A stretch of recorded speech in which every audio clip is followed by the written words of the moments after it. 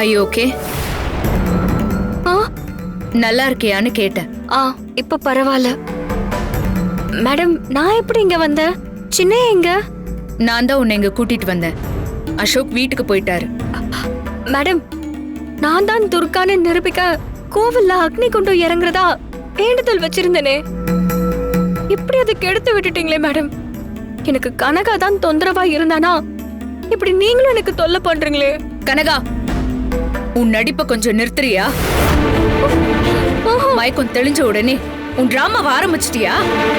Madam, நான் நேத்தும் சொன்னேன், இப்பவும் சொல்றேன், நான் கனகா இல்ல.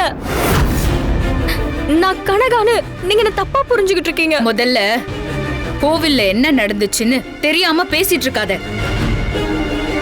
உன் வேஷத்தை கலைக்கிற நேரம் வந்துருச்சு. நேத்து அக்னி குண்டத்துல இறங்கின துர்கா இறந்துட்டா.